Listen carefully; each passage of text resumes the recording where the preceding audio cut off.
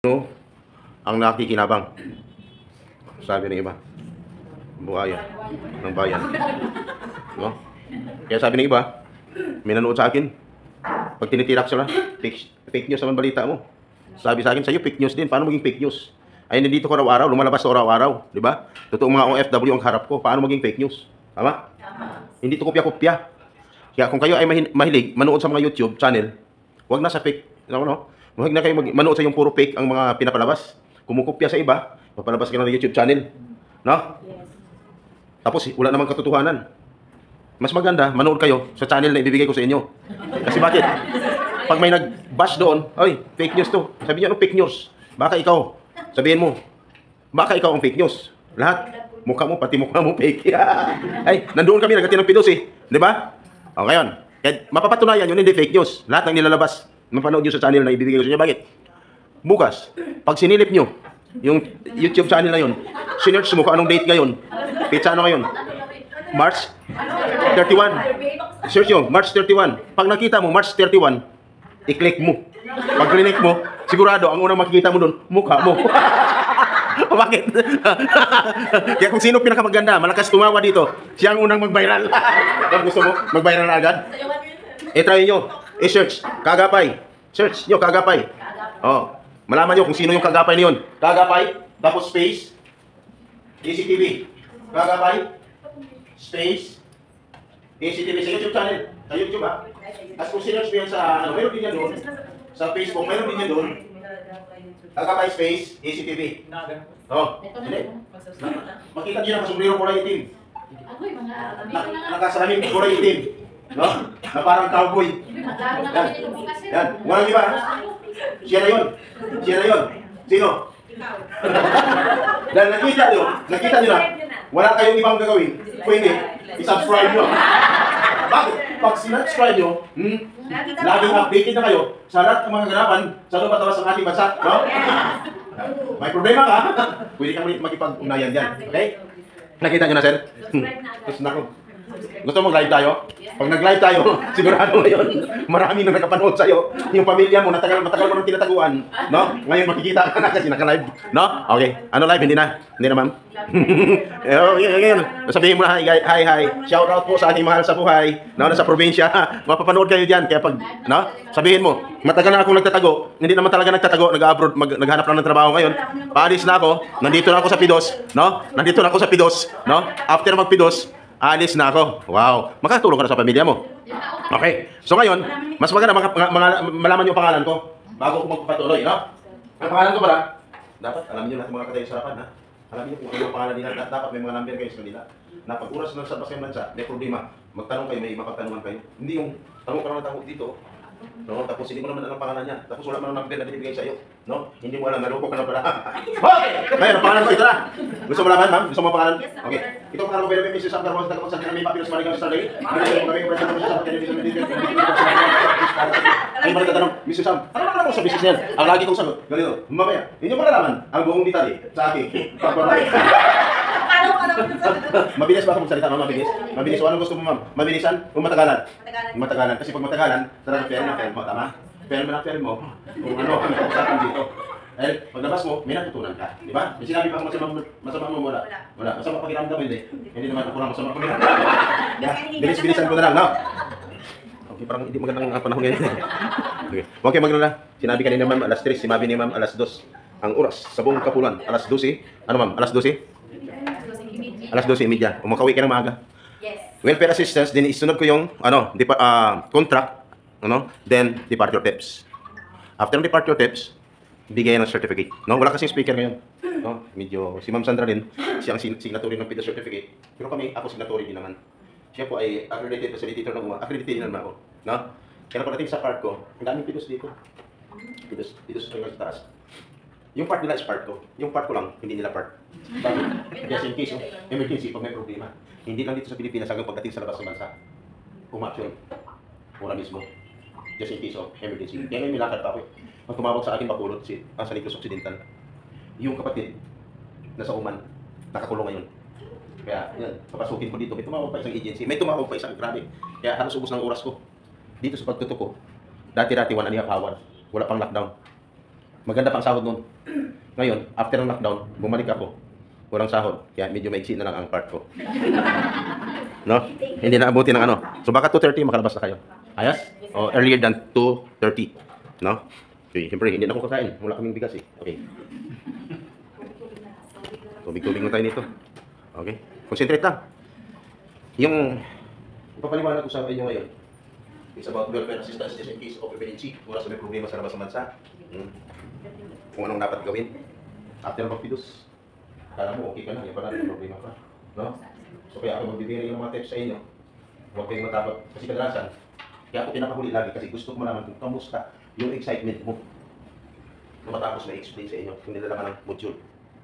Kinakamusta ko kung talagang okay ka na. Mayroon ko namang natutunan. 100% kung ang excitement mo.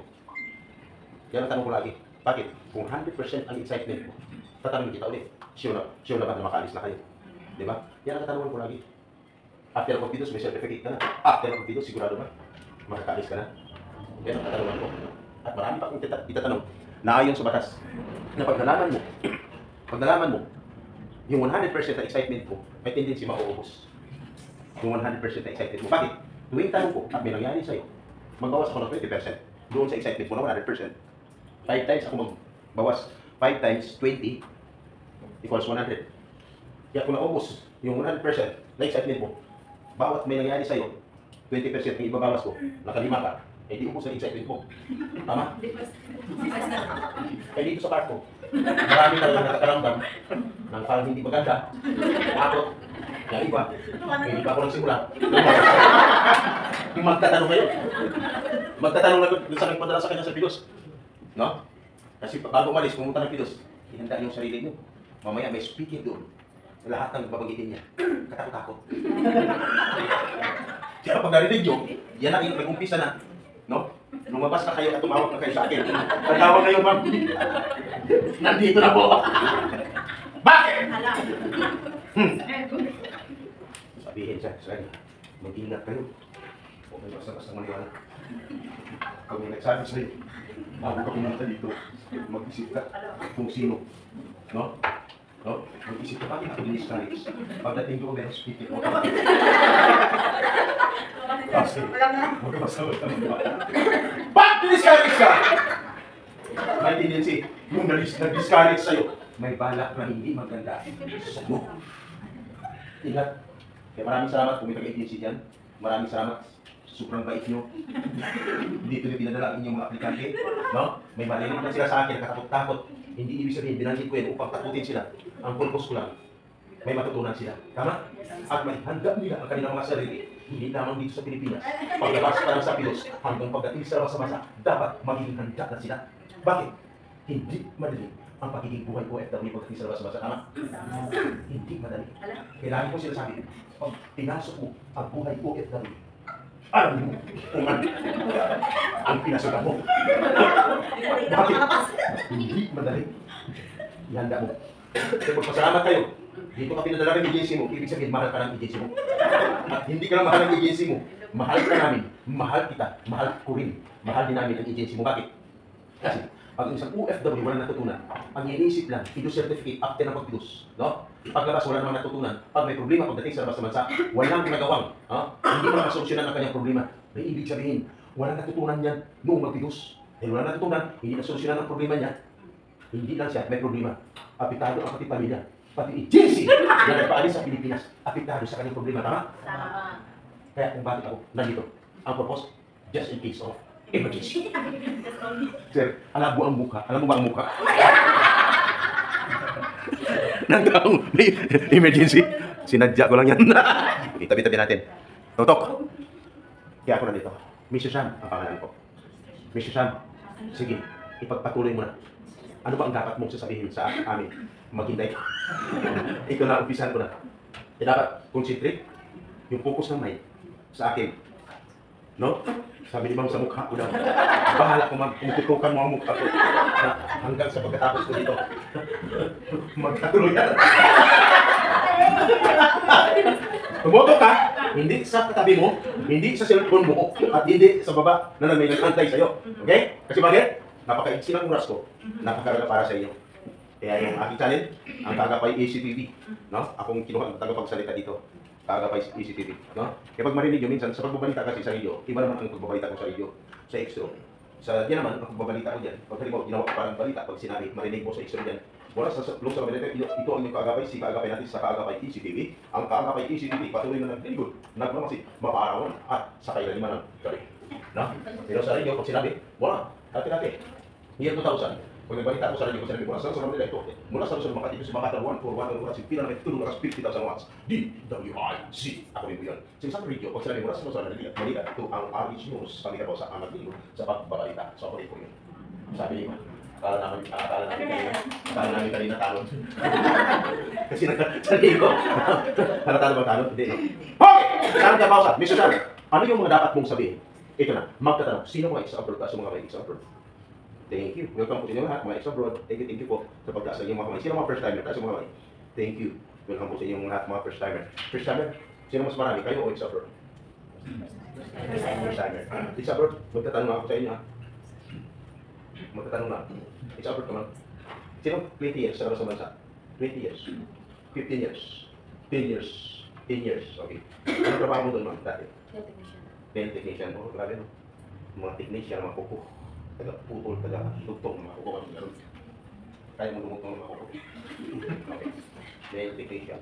Kayo, ma'am? Ma'am? Makeup artist. Wow. Kaya mo. Gawin sa akin. Ikaw mo, ano? Babysitters. Babysitter. Okay. Yan ako lang lagi. Okay. Kayo. Lumagpilos kayo ron. Nakita niyo ba ako sa pinagpilos sa inyo ron?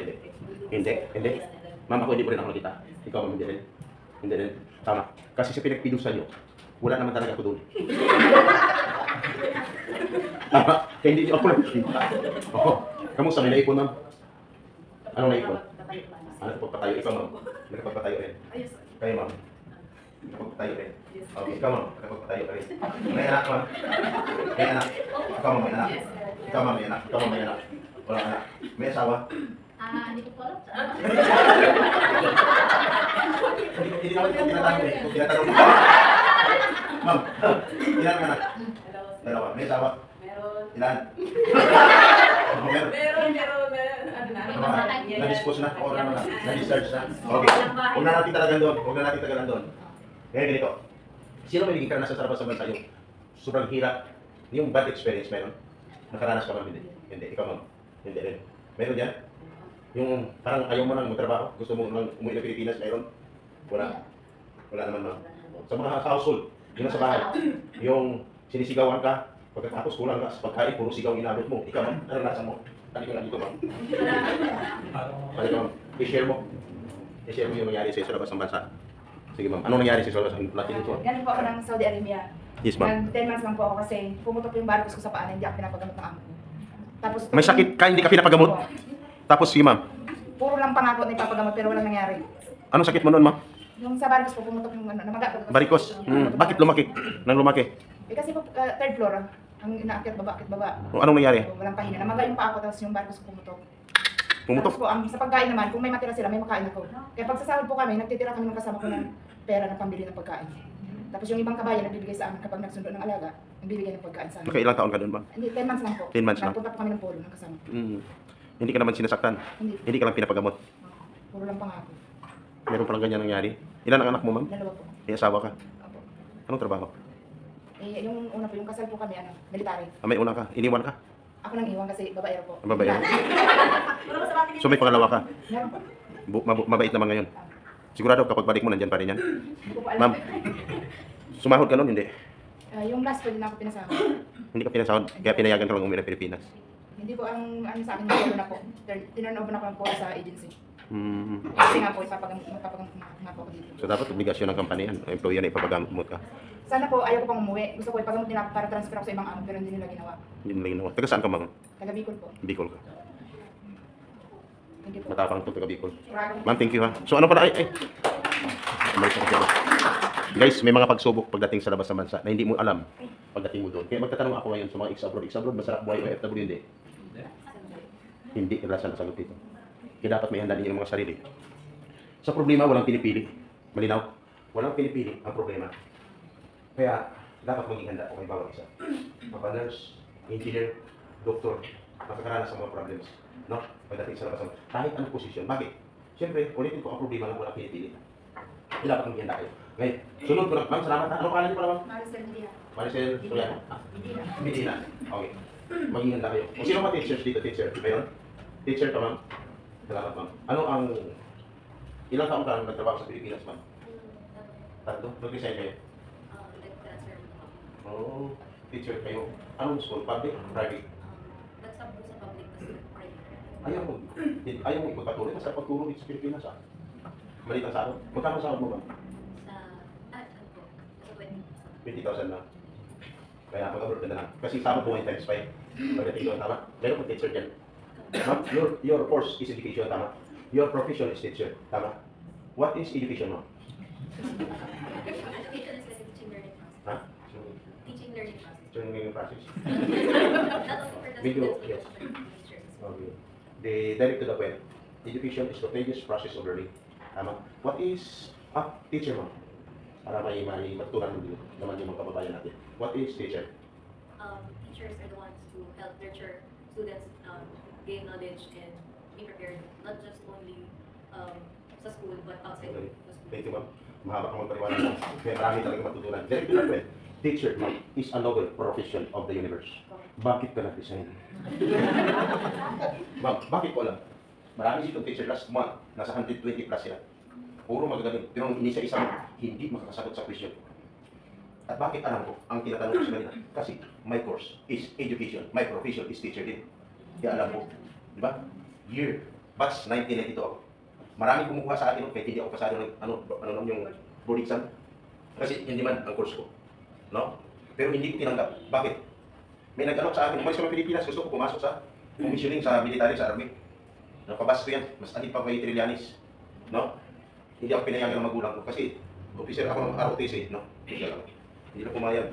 Kahit sinong ayaw talaga, magulang ko, samahan ko sa mga church, ayaw. Pumunta ako ng Manila, dito inalok ako, sahod. 6,000 pesos as teacher. Hindi ko tinanggap. Nag-compare sa akin, 20,000.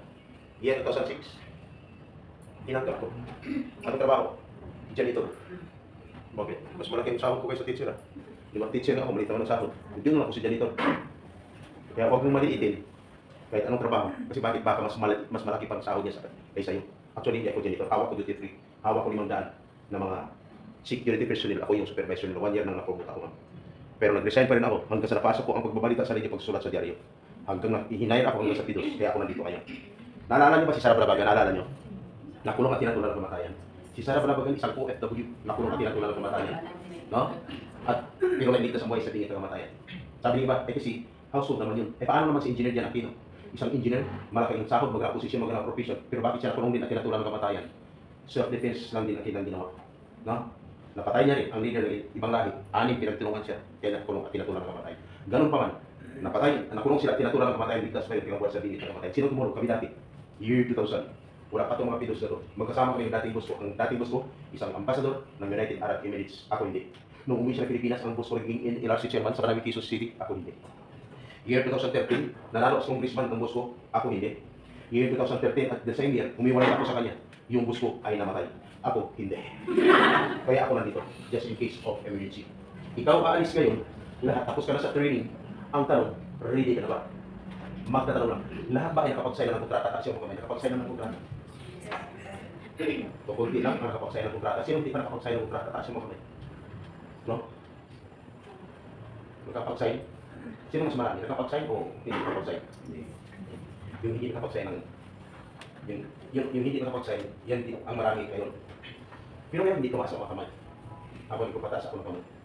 Ang tanong, sa mga hindi tumaas ng kamay, ano? Kayo? Sabi ni Iman dyan, ay Iman, hindi alam po sa'yo. Bilisan mo kasi gutom na kami. Huwag kayo magdala. Hindi kayo magutom sa ating pagdating sa parko. Lahat, pagdating sa parko, lahat ng gutom, busog. Lahat ng antok, gising. Kaya concentrate. Mayroong nakapag-sign ng kontrata, mayroong hindi. Ayun sa batas. Umpisa natin, ha? Matalas-tas para yung kanina. Hindi, ayun sa batas, ang isang OFW. No? Dapat, bago siya mag-pilos, dapat siya nakapag-sign ng kontrata. No? Dahil meron dyan, hindi nakapag-sign ng kontrata. Normal lang, sinabi ko pa nila, magbawas ako ng 20% doon sa excitement mo ng 100%. ang natira sa excitement mo ngayon is 80%. At dapat, after mo magpidos, dapat siguro na ikaw ay makalis na. Kasi ang isang OFW mo lang nag-apply ka kabisahan, 60 to 90 days prior, dapat na-deploy na siya. Ang ibig sabihin, 2 buwan hanggang 3 buwan mo lang nag-apply siya kabisa, dapat wala siya sa Pilipinas ngayon. At dapat, wala na siya sa kanyang inuupuan dyan ngayon. Sabi ko dyan, tahimik lang. Oo nga. Sabi nga, nandito pa, 10 months na. Ngayon lang kami pinagtibos. Kung nangyari sa'yo, another 20% ang ibabawas ko. Ang natira is 60%. At dapat kailangan bakit makalis isang OFW. Kasi hindi na siya nakapagpilos, nakapag-sign ng kontrata. Ang iba nakapagbayad na ng placement fee. Kung nagbayad ka ng placement fee, ang sarili mo is 20,000, magkano dapat ang placement fee? Dapat, equivalent po 1 month salary. Kaya minsan, di ba dyan tahimik? Nakatingin sa akin. Bakit ang isang lang laki? May tendency. Problema na naman. Bawasan ko naman. Ng 20% ang excitement mo natin is 40%. At dapat, sisiguraduhin mo siya. Bakit? At dapat, kung nabayad ka ng placement fee, saan lugar? Sa Jollibee, sa shopping, sa McDo, sa Max Mall, Hotel, o restaurant. Wala sa nabanggit kung nagkakaroon sa loob ng agency. Sabi niya, agency. Bakit kami sa Gcash? Sabi niya ba dyan? Kami sa Gcash din kaya. Ang iba sabi sa Jollibee. Wala sa nabanggit kung nalugar dapat sa loob ng agency. Ayaw ko na mauli. Yung nangyari sa naman 12 teachers last month, nagbayad through Gcash, ma'am, 280,000 bawat isa. Maninilim kung paninilig kung nangyari sa'yo. After po kayong pera, nagpag-transaction online. Pero unang pag-transaction, napakita din siya sa Las Piñas. Dito ako nakatira, sa Las Piñas, itong bahay ko. At pag oras ng mag-follow up kayo, dito na kayo bumalik na. After makuha, yung 280,000 bawat isa, at large na suspect. Pinuntahan sa bahay sa Las Piñas, wala na, nangupahan mo pala. Kaya dapat ingat ha. Sinundan ng 178,000 bawat isa, ilan sila? 20 applicants from Batangas. Kaya, after mag-apply, ano mangyari? After magbayad, nawala na. Pasok, ma'am. Sige ma'am, upo kayo ma'am. Sige. Sige. Ayaw mo umupo?